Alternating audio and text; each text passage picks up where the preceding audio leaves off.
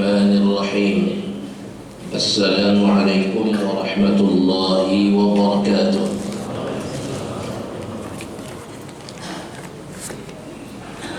الحمد لله بنعمته تتم الصالحات. أشهد أن لا إله إلا الله وحده لا شريك له، وأشهد أن محمدًا عبده ورسوله وصفيه وخليله، بلغ الرسالة وأدى الأمانة ونصح الأمة وجاهد في الله حق جهاده. اللهم صل وسلم وبارك على محمد وعلى آله وأصحابه ومن نهج نهجه واتبع سنته إلى يوم الدين. سبحانك لا علم لنا إلا ما علمتنا إنك أنت العليم الحكيم. رب اشرح لي صدري ويسر لي أمري واحلل عقدة من لساني يفقه قولي. لا حول ولا قوة إلا بالله. قال الله تبارك وتعالى في كتابه الكريم بعد أعوذ بالله من الشيطان الرجيم. بسم الله الرحمن الرحيم. ألم تر كيف فعل ربك بأصحاب الفيل؟ ألم يجعل كيدهم في تضليل وأرسل عليهم طيرا أبابيل ترميهم بحجارة من سجيل فجعلهم كعصف مأكول. صدق الله العظيم. Bapak-bapak, ibu-ibu, hadirin jemaah Masjid Al-Furqan yang dimuliakan Allah Subhanahu wa ta'ala. Alhamdulillah wa syukrulillah. Kembali sama-sama kita panjatkan puji syukur kehadirat Allah Subhanahu wa ta'ala Rabbul Alamin, yang telah melimpahkan kepada kita berbagai macam nikmat, karunia, anugerah yang sangat banyak. Begitu banyaknya nikmat Allah mengalir dalam kehidupan kita.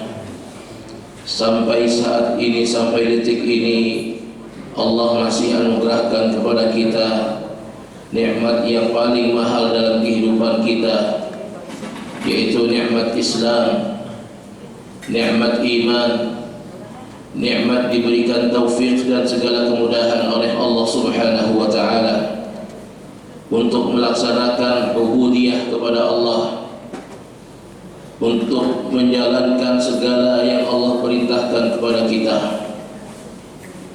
sebagai bentuk penghambaan kita kepada Allah, sebagaimana halnya hal tersebut dijelaskan oleh Allah sebagai bagian dalam kehidupan kita, yaitu mengabdi kepada Allah. Wa ma khalaqtul jinna wal insa illa liya'budun. Tidaklah kuciptakan jin dan manusia kecuali hanya semata-mata untuk beribadah kepadaku, bukan kepada yang lain-lainnya. Kemudian nikmat yang juga wajib kita syukuri, yaitu nikmat afiat, nikmat kesehatan yang diberikan oleh Allah kepada kita. Dengan nikmat itu Allah mudahkan kita untuk menjalani kehidupan kita sehari-hari, aktivitas keduniaan kita, yang mudah-mudahan itu semua kita lakukan semata-mata untuk mencari ridha Allah Subhanahu wa ta'ala. Amin ya rabbal alamin. Bapak ibu jamaah yang dimuliakan Allah Subhanahu wa ta'ala, kembali kita menyambung kajian kita tentang sirah nabawiyah. Adapun tema yang akan kita bahas pada pagi hari ini adalah Amul Fil, tahun gajah. Peristiwa yang terjadi pada tahun gajah. Kita semua maklum, kita semua pernah mendengar istilah Amul Fil, tahun gajah, yaitu sebuah peristiwa besar di mana satu pasukan besar dari arah selatan kota Mekah, di mana itu kira-kira? Di Yaman, yang dipimpin oleh seorang pemimpin yang besar pada waktu itu yang disebut dengan Abraha, datang ke kota Mekah berusaha untuk menghancurkan Baitullahil Haram. Namun apa yang terjadi? Allah Subhanahu wa ta'ala membinasakan dirinya dan juga bala tentaranya. Jemaah yang dimuliakan Allah Subhanahu wa ta'ala, apa yang menjadi penyebab seorang laki-laki yang bernama Abraha ini mendatangi Baitullah untuk menghancurkan Ka'bah tersebut?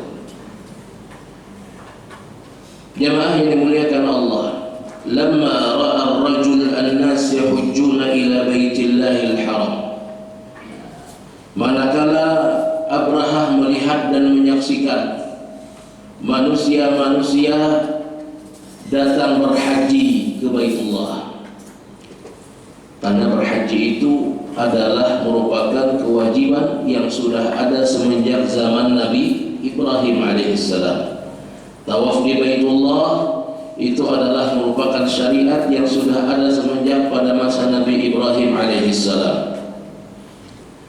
Lamma ra'a ar-rajul an-nas yahujjuna ila Baitillahil Haram, ketika Abraha tersebut melihat, menyaksikan orang-orang ramai banyak datang ke Baitullah, berhaji ke sana, lam yaqbal hadzal amr, maka dia tidak terima.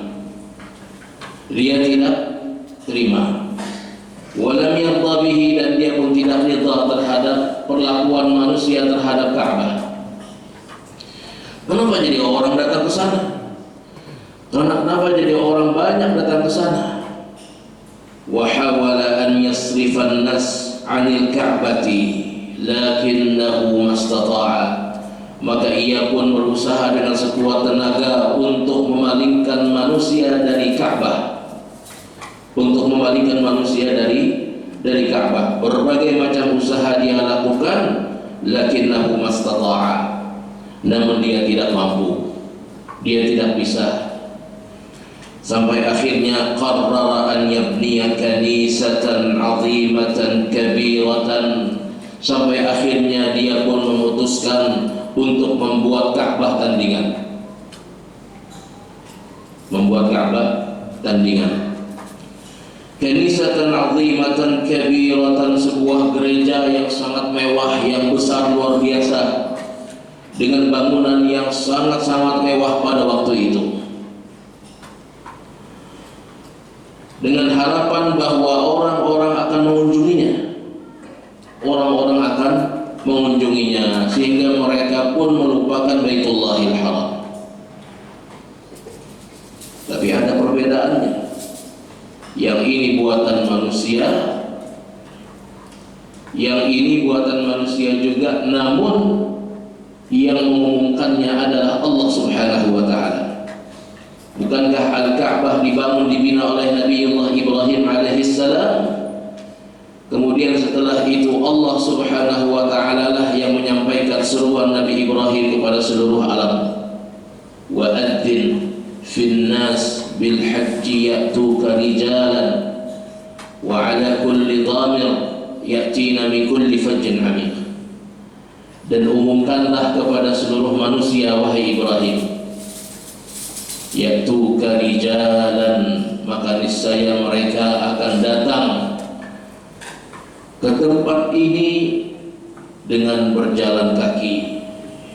Wa ala kulli dhamir, dari tempat-tempat yang jauh, ya'tuna min kulli fajjin 'amiq, dari pelosok-pelosok, subhanallah, dari kampung, dari dusun, datang ke Mekah sana hanya semata-mata untuk beribadah kepada Allah Subhanahu wa ta'ala, berhaji. Apakah itu haji kecil yang disebut dengan umrah ataupun haji besar? Subhanallah, yang tidak pernah kemana-mana, subhanallah, yang tidak pernah mengeluh, yang tidak pernah kakinya diinjakkan di tempat lain selain tanah airnya. Ketika mereka keluar dari tanah air, maka tidak lain tempat yang mereka tuju kecuali hanyalah Baitullahil Haram. Jemaah yang dimuliakan Allah Subhanahu wa taala. Adapun ini kanisah yang disebut dengan Kullais. Jadi Abraha membangun sebuah bangunan besar yang mewah yang dia sebut dengan Kullais sebagai tandingan dari Ka'bah. Setelah dia membangun bangunan tersebut, maka dia mengutus seluruh anak buahnya untuk mengumumkan kepada seluruh penjuru pelosok-pelosok, seluruh negeri, seluruh kampung, seluruh kota, seluruh lembah di mana di situ ada penduduk. Datanglah engkau ke sana, umumkan ke sana bahwa aku di sini, di tempat ini telah membangun sebuah bangunan yang mewah yang layak untuk dikunjungi, yang disebut dengan Kullais. Maka tersebarlah berita, tersebarlah kabar bahwa sesungguhnya terdapat bangunan mewah dan megah di negeri Yaman. Di seluruh seantero jazirah Arab, seluruh suku-suku Arab, seluruh bangsa-bangsa Arab, mereka mengetahui bahwa seorang pemimpin dari negeri Yaman yang bernama Abraha telah membangun sebuah bangunan megah yang mewah. Apakah hal tersebut membuat mereka senang dan juga suka? Apakah ketika Abraha membangun Kullais tersebut, namanya Kullais, ketika Abraha membangun Kullais tersebut, apakah bangsa-bangsa Arab, kabilah-kabilah Arab suka dan juga senang? Ternyata tidak. Sekalipun mereka penyembah berhala, sekalipun mereka pagan dalam hal ideologi, sekalipun bangsa Arab, kabilah Arab pada waktu itu kebanyakan mereka adalah penyembah berhala, kebanyakan mereka adalah tersesat dari jalan yang lurus, namun mereka tidak suka. Mereka tidak suka Ka'bah, manusia dipalingkan dari Ka'bah, manusia dipalingkan dari Ka'bah. Jemaah yang dimuliakan Allah Subhanahu wa taala. فغضب العرب من هذا وذهب أحدهم إلى تلك الكليس. Maka orang-orang Arab pun marah ketika mereka mendengar Abraha membangun Kullais untuk menandingi Ka'bah. Maka mereka pun mengutus salah seorang dari mereka datang ke Kullais sana di malam hari, ketika Kullais tersebut tidak dijaga oleh siapapun. Seorang laki-laki dari bangsa Arab, dari kabilah Arab, dengan sangat berani dia masuk ke bangunan yang dibangun oleh Abraha. Dia membawa berbagai macam jenis kotoran. Kotoran. Ada tahi onta, ada tahi kambing, ada tahi sapi, ada tahi manusia.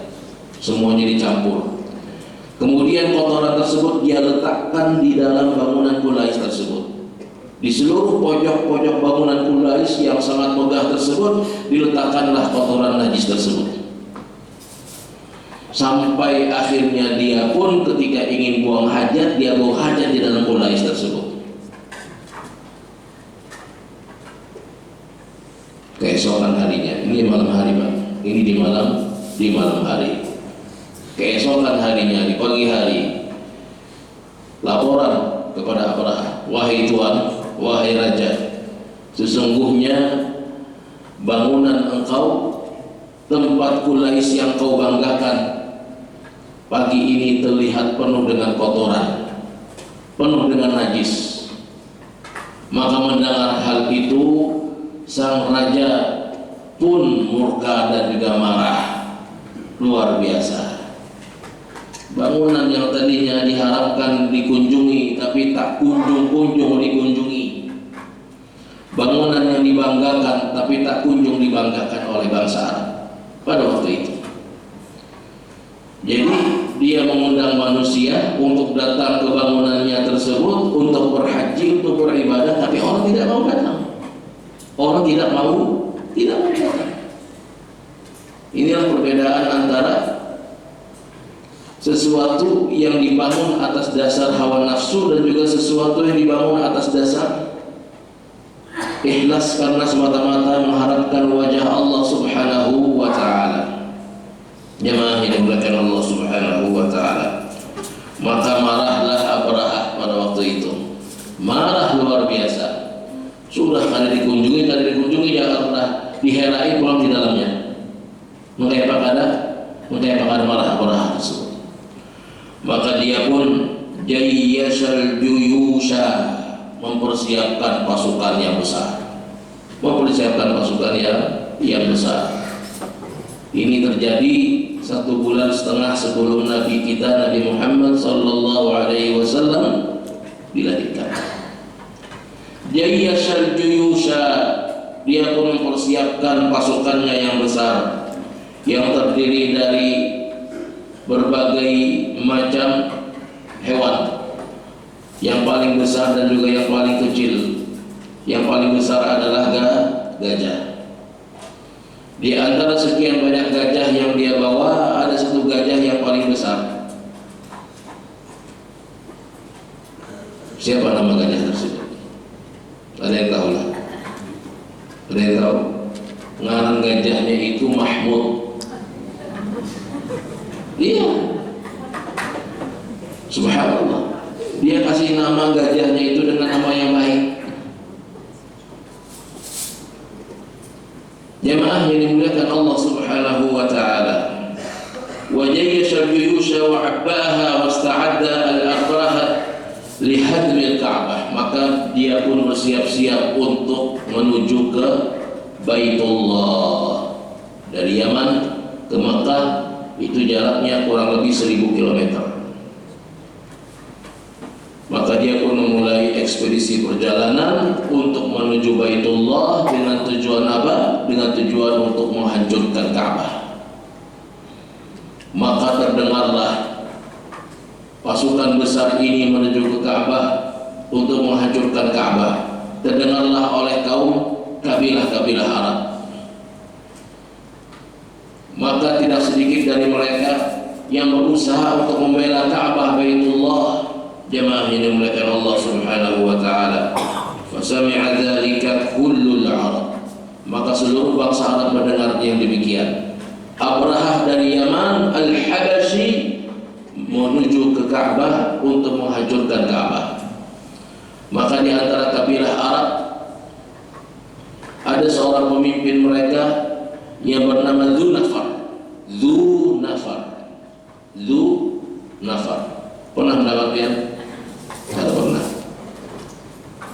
Karena ini hanya ada dalam catatan sejarah. Dzu Nafar berusaha untuk melawan dengan pasukannya melawan Abrahah, namun tidak bisa. Dia melawan ternyata kalah, tidak mampu melawan kekuatan tentara Abrahah. Sampai akhirnya Dzu Nafar ini pun ditawan oleh Raja Abrahah. Walakinnahum maghlubun. Kemudian datang lagi dari suku Arab yang lain Al-Khat'ami qamu bi muqawamati jayshil Abrahah.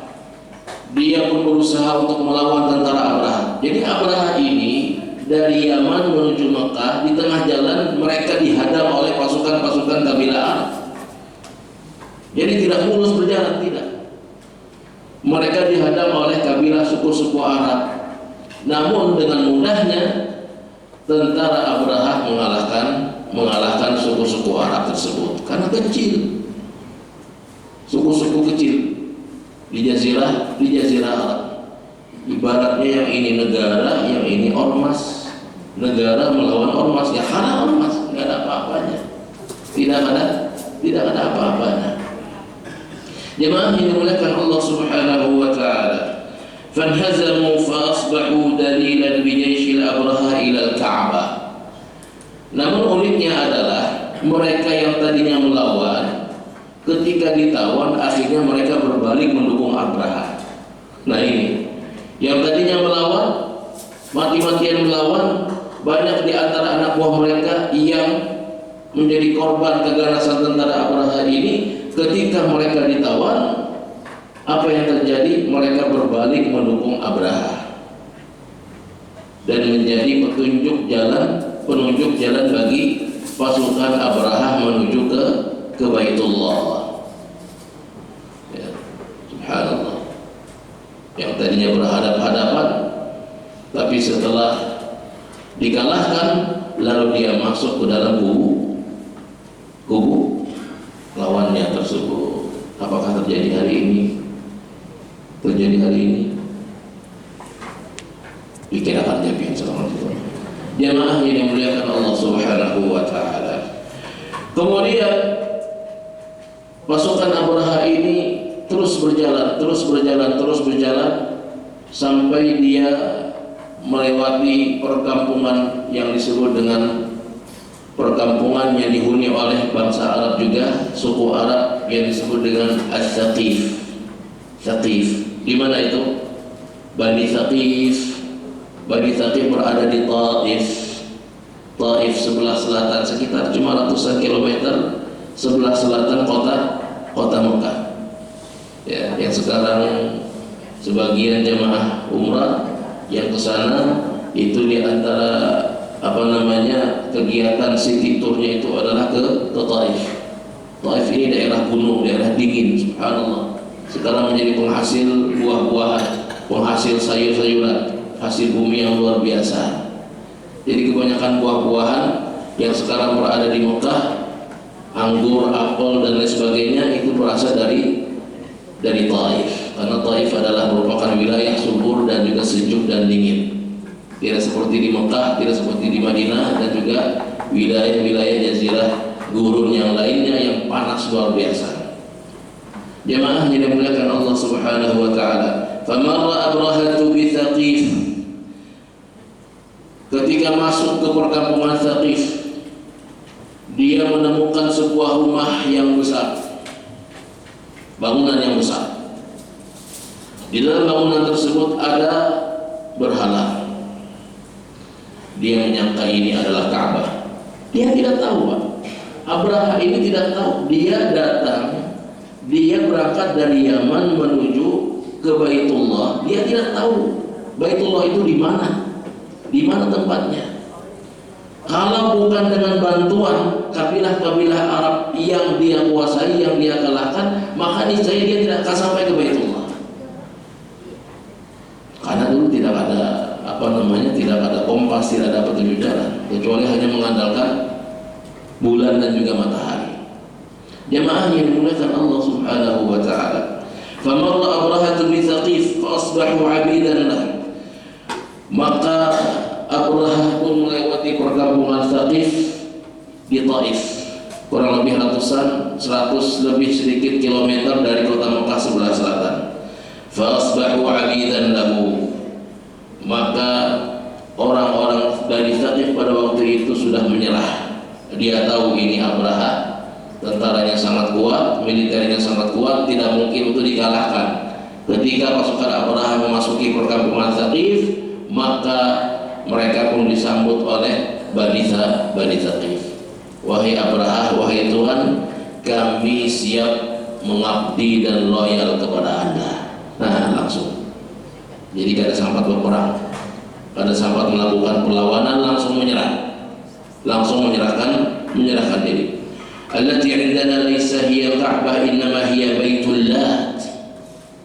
Yang ada pada sisi kami ini, yang Anda lihat bangunan besar ini bukan Ka'bah. Karena pada waktu itu Abraham menyangka ini adalah Ka'bah. Ini adalah Ka'bah.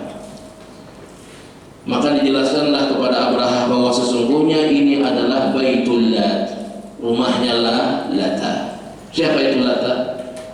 Al-Lat adalah seorang laki-laki saleh yang pekerjaannya adalah mengaduk gandum. membuat roti, membuat tepung dan lain sebagainya. Dia adalah seorang laki-laki saleh. Sebenarnya Lata tersebut, maka orang-orang kabilah Arab Bani Thaqif membuat gambar liyuqarribuna ila Allahi zulfa, yang tujuan mereka tidak lain dan tidak bukan adalah untuk mendekatkan diri kepada Allah Subhanahu wa taala. Dengan memandang wajahnya orang-orang saleh ini, maka ini bisa mendekatkan diri kepada Allah Subhanahu wa taala. Tapi lama-kelamaan apa yang terjadi? Bukan gambar. Setelah gambar, maka mereka pun membuat berhala, patung yang mereka sembah selain daripada Allah Subhanahu wa taala. Dan bahkan mereka pun membuat spasi khusus berupa rumah, berupa bangunan untuk berhala mereka yang disebut dengan Lata tersebut. Dan ini adalah merupakan salah satu berhala yang paling besar pada waktu itu, Lata dan Uzza. Jemaah yang dimuliakan Allah Subhanahu wa taala, indana laisa hiyal Ka'bah innama hiya Baitullah. Yang ada di sisi kami ini bukan Ka'bah wahai Tuhanku, ini adalah rumahnya Lata.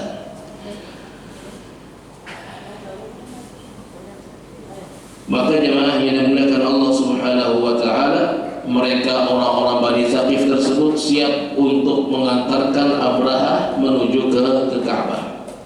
Wahai Tuanku, kami di sini siap 24 jam untuk mengabdi kepada Anda, untuk loyal kepada Anda, dan untuk menunjukkan Anda jalan mana yang lebih dekat menuju ke Baitullah tersebut.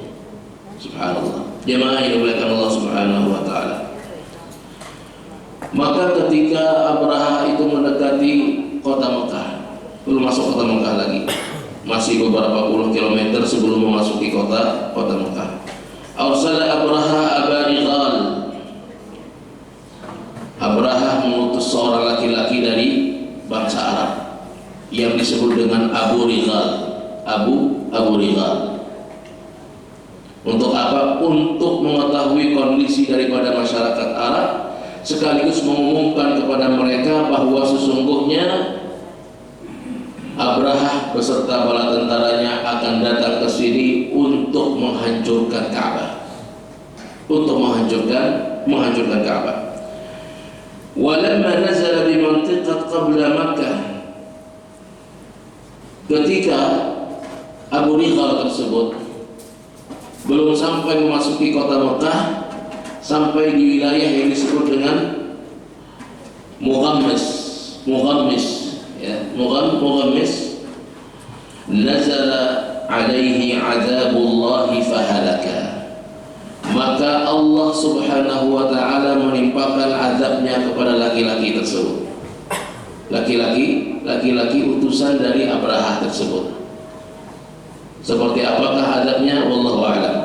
Hanya disebutkan azabun minallah, azab dari Allah Subhanahu wa ta'ala, sampai akhirnya dia pun binasa di tempat tersebut. Belum sampai memasuki kota Mekah, Abu Righal tersebut dibinasakan oleh Allah Subhanahu wa ta'ala. Thumma arsala Abraha rajulan ismaha al-Aswad ibn al-Maqsud. Kemudian setelah mendengar utusannya yang pertama mati di tengah jalan, maka Abraha pun kembali mengutus laki-laki dari bangsa Arab yang lain yang bernama Aswad bin Al-Maqsud.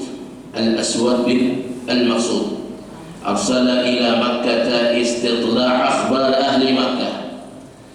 Ia diutus menuju ke Mekah untuk memberitahukan kepada penduduk Mekah. Fa kharaja bi ba'dil khuyal, maka dia pun keluar bersama beberapa pasukan kuda. Siapa tadi? Ibnu Al-Maqsud. Namanya adalah Aswad Ibnu Al-Maqsud, utusan dari Raja Abraha untuk penduduk kota Mekah pada waktu itu.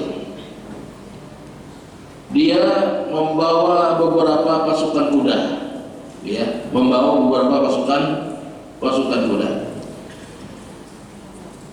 Lamma wasala Makkah salaba ba'da amwalin nas.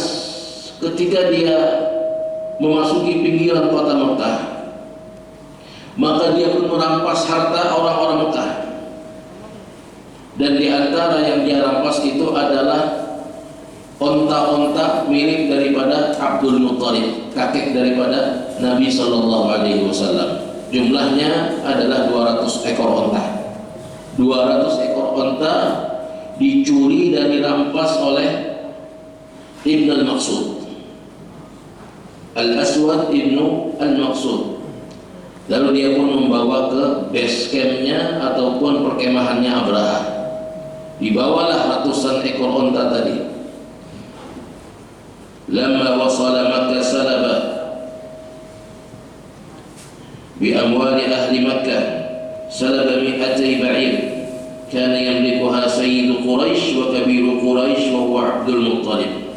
Maka dia pun merampas 200 ekor onta milik dari pembesar dan juga pemimpin suku Quraisy, yaitu Abdul Muttalib. Wa ja'a bil ibil ila Abraha, maka dia pun membawa onta-onta tersebut kepada Abraha. Ketika mendengar hal tersebut, maka suku-suku bangsa Arab yang terkemuka pada waktu itu, yaitu suku Hudzail, suku Kinanah dan juga suku Quraisy, mereka ingin melawan atau melakukan perlawanan kepada tentara Abraha. Akan tetapi mereka tidak bisa. Mereka mengukur kemampuan mereka. Kita kalau melawan mereka mati konyol kita. Kalau melawan mereka mati konyol. Akhirnya mereka, suku-suku Arab tersebut mengurungkan niat mereka untuk melawan Abraha. Jadi utusan yang kedua tadi kada sampai ke Mekah, apa yang dia lakukan? Merampas harta penduduk Mekah. Di antaranya adalah 200 ekor onta milik dari Abdul Muttalib. Yang pertama tadi diutus oleh Abraha, belum sampai Mekah meninggal, mati, diazab oleh Allah Subhanahu wa taala. Yang kedua diutus oleh Abraha, apa yang dia lakukan? Merampas harta penduduk Mekah. Kemudian yang ketiga, fa arsala Abraha Hanata al-Himyari. Maka Abraha mengutus untuk yang ketiga kalinya seorang laki-laki dari bangsa Arab yang lain yang bernama Hanata al-Himyari kepada suku Quraisy yang menjadi pemimpin kota Mekah pada waktu itu. Wahai Hanata, kata Abraha, datanglah engkau ke penduduk Mekah, sampaikan kepada mereka. Maka datanglah Al-Hanatah Al-Himyari tersebut kepada penduduk Makkah. Sesampainya di Makkah, dia pun mengumumkan kepada seluruh penduduk Makkah, ya ahla Makkah, wahai penduduk Makkah, ya ahla Makkah, wahai penduduk Makkah, ini sesungguhnya aku ini adalah utusan Abraha. Abraha telah mengatakan, inni la uridu minkum harban wala hajata li bidimaikum. Sesungguhnya aku tidak menginginkan peperangan kepada kalian. Aku datang ke sini kada hendak berperang, kada, ya Abraha. Aku datang ke sini kada hendak berperang, dan aku tidak berhajat kepada darah kalian. Aku tidak ada hajat dengan darah kalian. Innama aradtu hadmal ka'bati. Sesungguhnya aku datang ke sini tujuanku hanya satu. Apa itu? Menghancurkan Ka'bah. Menghancurkan Ka'bah. Fakhallu baini wa bainal Ka'bah. Maka berikanlah untukku jalan, ya, berikanlah untukku jalan menuju Ka'bah. Artinya jangan dihalang-halangi. Aku datang ke sini kada hendak menumpahkan darah kalian, ujar Abraha. Tapi aku datang ke sini tujuanku hanya satu, yaitu menghancurkan Ka'bah. Maka jangan halang-halangi aku, ujar Abraha. Nah, jemaah yang dimuliakan Allah Subhanahu wa taala. Faqala lahu Abdul Muttalib, la hajata lana li harbil Abraha. Lalu Hanatah al-Himyari ini dia menjumpai pemuka dari suku Quraisy. Siapa dia? Siapa dia? Abdul Muttalib, kakek Nabi Sallallahu Alaihi Wasallam. Dia sampaikan maksud daripada datangnya Abraha ke sini. Maka ujar Abdul Muttalib, apa respon Abdul Muttalib? Nahnu la hajata lana li harbil Abraha. Kami pun juga tidak ada hajat untuk memerangi Abraha. Kami tidak ada urusan dengan Abraha. Nah ini pemimpin yang luar biasa. Pemimpin yang luar biasa, tenang, ya, tenang, tidak terasa gerusuk. Datang musuh tenang. Ini la hajata li harbil Abraha. Sesungguhnya kami tidak ada urusan dengan Abraha dan kami tidak ada hajat untuk memerangi Abraha. Amma hadzal bait sanukhalli bainahu wa bainahu. Adapun Baitullah ini, maka kami akan silahkan Anda mau masuk ke sini kapan dan apabila Anda mau masuk, silahkan Anda masuk. Kami tidak akan menghalangi Anda. Wa qala al-Himyari, maka berkatalah Himyari,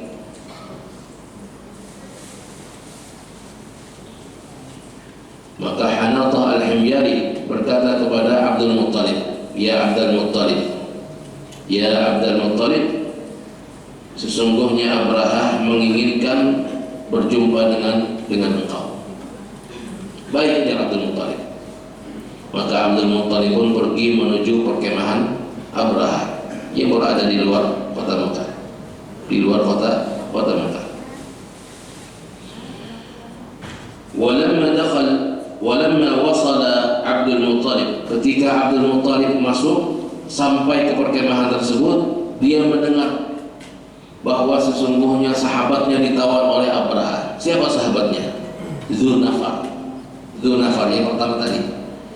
Yang pertama tadi menghalangi Abraha itu adalah dari kabilah bangsa Arab yang memerangi Abraha, yaitu adalah seorang laki-laki yang bernama Dzunafar yang ditawan oleh Abraha. Maka Abdul Muttalib tahu dan kenal dengan Dzunafar.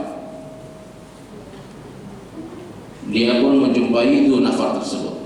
Dia berkata kepada Dzunafar, wahai Dzunafar, qala Abdul Muttalib li Dzunafar, ya Dzunafar, hal laka an tashfa'a lana li Abrahata? Bisakah engkau menolong kami untuk memintakan syafaat kepada Abraha? Untuk memintakan syafaat kepada Abraha. Dzunafar tadi, orang yang ditawan oleh Abraha ketika dia pertama kali memerangi Abraha, kalah, ditawan oleh Abraha. Abdul Muttalib datang kepada Dzunafar agar supaya Dzunafar berbicara kepada Abraha, meminta pertolongan kepada Dzunafar agar Dzunafar berbicara kepada Abraha, meminta syafaat kepada Abraha. Jemaah yang dimuliakan Allah Subhanahu wa taala. Wa qala Dzunafar, "Ana rajulun asirun ultuqiltu." Sesungguhnya aku ini adalah seorang laki-laki yang ditawan. Mana bisa aku ini kan tawanan, Pak? Saya ini kan tawanan, mana bisa memberikan syafaat? Aku ditawan oleh Raja Abraha, mana mungkin aku bisa memberikan pertolongan kepada Anda? Qala Dzunafar, ana rajul asir ultuqiltu wa ma yughni rajul asir mithli. Apa yang bisa dilakukan oleh seorang laki-laki yang ditawan seperti aku ini? Kata sahabat Abdul Muttalib, "Mada asna'? Lakin indi sadiqun huwa sa'isul fiyalah." Namun kata Dzunafar, aku memiliki seorang teman, ya. Dia adalah seorang sa'isul fiyalah. Dia seorang pawang, ya, seorang pawang. Pawang apa? Pawang gajah. Ismuhu Anis, namanya adalah Anis. Nah, Anis, ngarannya Anis. Jadi ngaran pawang gajahnya Abraha itu ngarannya Anis. Apa makna Anis? Anis itu maknanya adalah penjinak, orang yang bisa menjinakkan. Subhanallah, yang bisa menjinakkan, yang bisa mendamaikan, yang bisa ini itu dan lain sebagainya. Itu asal daripada makna Anis. Jemaah yang dimuliakan Allah Subhanahu wa taala. Jadi pawang gajah Raja Abraha itu namanya Anis. Amun ikam hendak ujar Dzunafar, aku akan sampaikan hal tersebut kepada Anis. Maka datanglah Dzunafar ini kepada Anis, dipanggillah Anis, wahai Anis, aku punya sahabat. Dia adalah seorang pemuka yang mulia, pemuka suku Quraisy. Dia bernama Abdul Muttalib. Fadhahaba Dzunafar ila Anis faqala lahu innahu Abdul Muttalib rajulun syarifun yut'imun nas. Abdul Muttalib ini adalah orang yang baik, orang yang mulia, pemuka, pemimpin sukunya. Dia senantiasa memberikan makan kepada manusia dan juga orang-orang fakir miskin. Jadi kebiasaan-kebiasaan, sifat-sifat mulia yang dimiliki oleh bangsa Arab itu jamaah yang dimuliakan Allah Subhanahu wa taala. Ketika Nabi sallallahu alaihi wasallam diutus, maka itu menjadi syariat Nabi kita Nabi Muhammad sallallahu alaihi wasallam. Seperti apa? Memuliakan tamu, berbuat baik kepada orang, memberi makan kepada fakir miskin. Itu menjadi syariat agama Allah Subhanahu wa taala. Dan itu sebelumnya menjadi sebuah kebiasaan dari bangsa tradisi Arab Jahiliyah. Jadi Arab Jahiliyah itu bukan hanya semata-mata tradisi-tradisi yang buruk saja, tapi mereka juga memiliki sifat dan juga karakter yang baik. Jemaah yang dimuliakan Allah Subhanahu wa taala, fadhahaba Dzunafar ila Anis faqala lahu innahu Abdul Muttalib rajulun karim. Dia adalah Abdul Muttalib, seorang laki-laki yang mulia, pemimpin kaumnya, yut'imun nas. Dia senantiasa memberi makan kepada orang dan juga memberi makan kepada fakir miskin. Isfa'lahu 'inda Abraha, maka berikanlah, mintalah pertolongan kepada Abraha. Aku minta kepada engkau agar memberikan syafaat kepada Abdul Muttalib ini. Fadhahaba Anisun ila Abraha fa akhbarahu bil khabar. Maka Anis pun pergi menuju Abraha. Dia pergi menuju Abraha, menghadap Raja Abraha. Wahai Raja, wahai Malik, sesungguhnya ada seorang laki-laki pemuka dari bangsa Quraisy, suku Quraisy. Dia ingin menghadap kepada engkau. Mendengar pemuka suku Quraisy yang senantiasa memberi makan fakir miskin, yang berbuat baik kepada orang banyak, lalu Abraha pun merasa terkagum-kagum dengan haibah dari seorang Abdul Muttalib, dengan wibawa seorang Abdul Muttalib. Maka masuklah Abdul Muttalib ke kemah Abraha, masuk seorang diri dengan penuh wibawa, dengan penuh kehormatan. Dia masuk ke dalam. Ketika itu Abraha sedang duduk di atas kursinya. Ketika dia melihat adanya wibawa yang luar biasa dari seorang Abdul Muttalib, maka Abraha pun beranjak dari kursinya tersebut dan dia pun duduk di atas tikar bersama Abdul Muttalib. Dan dia tahu bahwa sesungguhnya pemuka daripada kaum tersebut, ketika tahu bahwa dirinya datang untuk menghancurkan salah satu dari bagian ideologi mereka, yaitu Ka'bah, maka tidak lain dan tidak bukan adalah tujuan mereka adalah untuk menyerah. Jemaah yang dimuliakan Allah Subhanahu wa taala. Maka mereka pun duduk berdua. Abraha dan Abdul Muttalib duduk berdua. Di antara mereka ada seorang penerjemah, seorang penerjemah. Lalu Abraha pun berkata kepada penerjemahnya, katakan kepadanya, apa keperluan Anda datang ke sini? Apa keperluan Anda datang ke sini? Maka disampaikan kepada Abdul Muttalib. Apa keperluan Anda datang ke sini? Abdul Muttalib menjawab. Apa jawaban Abdul Muttalib? Apakah Abdul Muttalib mengatakan, tolong jangan serang Ka'bah, tolong jangan serang kota Mekah, tolong jangan hancurkan Ka'bah? Apakah jawaban daripada seorang Abdul Muttalib?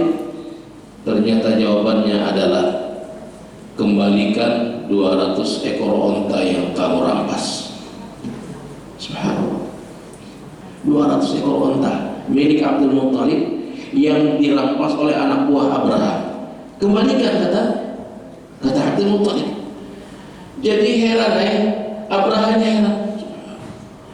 Ini datang ke sini hanya urusan onta. Datang ke sini hanya urusan onta. Tidakkah kau tahu wahai Abdul Muttalib, aku datang ke sini adalah untuk menghancurkan Ka'bah yang kau banggakan tersebut. Kenapa engkau tidak meminta agar supaya aku mengurungkan niatku tersebut? Maka apa jawaban seorang Abdul Muttalib? Ini Rabbul Ba'ir. Sesungguhnya aku adalah pemilik onta-onta yang kau rampas tersebut. Sedangkan Baitullah itu memiliki pemiliknya sendiri. Subhanallah. Jamaah yang dimuliakan Allah Subhanahu wa taala. Maka Abraha pun bertambah marah. Tapi bertambah marahnya akhirnya dia pun mengembalikan 200 ekor onta milik daripada Abdul Muttalib yang dia rampas dari kota Mekah tersebut. Jamaah yang dimuliakan Allah Subhanahu wa taala. Fasta'dhama Abraha aibatahu. Maka setelah itu terjadilah yang terjadi. Pasukan Abraha mulai bergerak dari perkemahan mereka menuju ke Baitullah. Sesampainya di satu tempat, jemaah yang dimuliakan Allah Subhanahu wa taala, Abdul Muttalib beliau kembali ke Mekah, mengumumkan kepada seluruh penduduk Mekah, ya ahla Makkah, menjauhlah kalian dari Baitullah. Naikilah ke gunung-gunung, menjauhlah kalian dari Baitullah, kosongkan kota Mekah karena pasukan Abraha yang besar akan memasuki kota ini dan akan menghancurkan Ka'bah, dan dia benar-benar ingin melaksanakan niatnya tersebut. Jemaah yang dimuliakan Allah Subhanahu wa taala.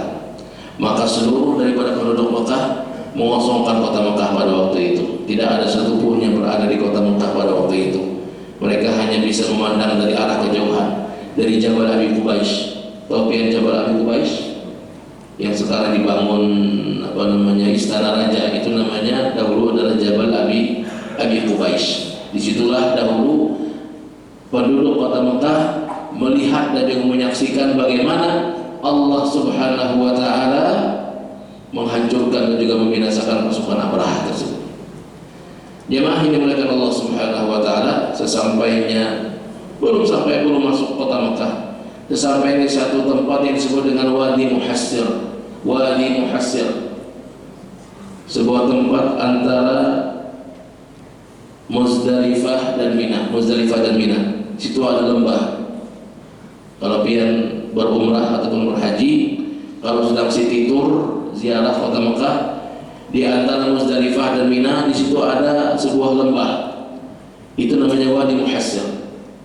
Di Wadi Muhassir itulah tentara Abraha dan juga pasukannya dibinasakan oleh Allah Subhanahu wa taala. Ketika itu awan menghitam, dikira mau hujan. Oh, ternyata ribuan bahkan jutaan burung datang. Dari mana datangnya? Wallahu a'lam, tidak ada yang tahu.